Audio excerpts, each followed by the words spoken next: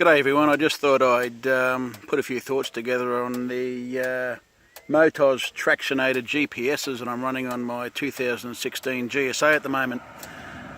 I'm just on my last leg of a just over 5,000 kilometre trip out to the Flinders Ranges from Brisbane, and I put these GPSs on just before I left. They'd probably done 500 k's before I left, and I've just clicked over 5,100 k's for the trip, so they've done at the moment about 5,600 k's in total.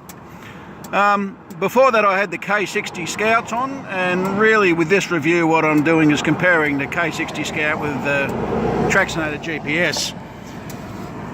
At the end of the day, the tyres are very similar in a lot of ways. Both of them, as you can see, are pretty hard wearing.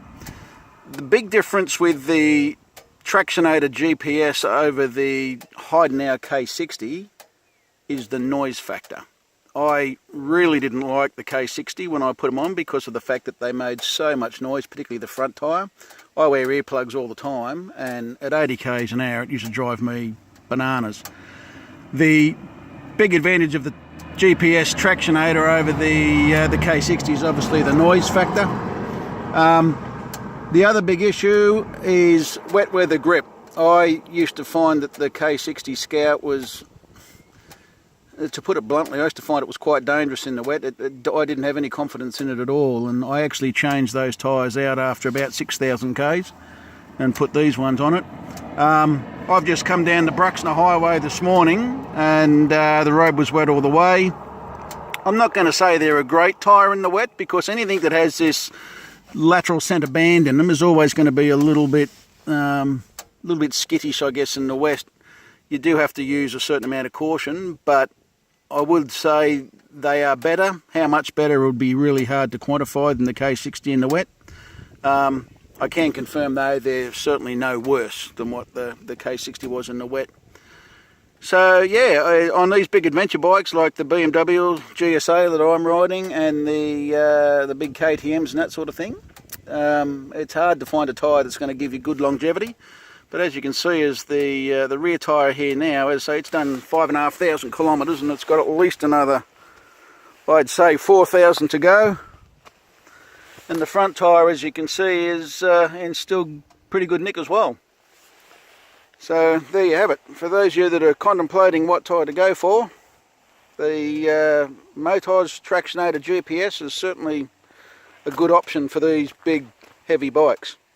One other thing I will add, one of the guys I was travelling with, Neil, he's actually got the same bike as me, and he's been running the TKC 80 Continental on the front with a Motoz Tractionator Adventure on the back. For really heavy going or more difficult terrain, I reckon that's probably a really good combination. The one thing that Neil did mention though was that because the Tractionator Adventure's got a 15mm tread depth and they're a big block tyre, it does feel quite squirmish when on the rear on the road. The GPS, on the other hand, feels solid as a rock on the road. You can, in dry conditions in particular, you can really hook in and scrape pegs if you wanted to. But and for these type of bikes where they're such a good all-round touring bike, and on this particular trip we actually did a lot of bitumen running, it was a good choice to go for the Tractionator GPS in my opinion. So there you go. I hope that helps some of you decide on what tyre you might want to go for your bikes. I know there are others out there. I actually bought a set of TKC 80s for this to do this trip, but then when I looked into the mileage we were going to do, I just knew they weren't going to last the distance. And as the Motoz Tractionator GPS, the Tractionator Adventure and the K60 Scouts are all around about the same price, mileage, bang for buck, is something you've got to consider as well. And I certainly don't want to be, in a situation where I'm 2/3 of the way through a trip and got to look for another tyre. Alright, I hope that helps some of you make a decision on what you want to go for. I was going to try and make this a minute-long video, but it's turned out 4 minutes. Okay, see ya.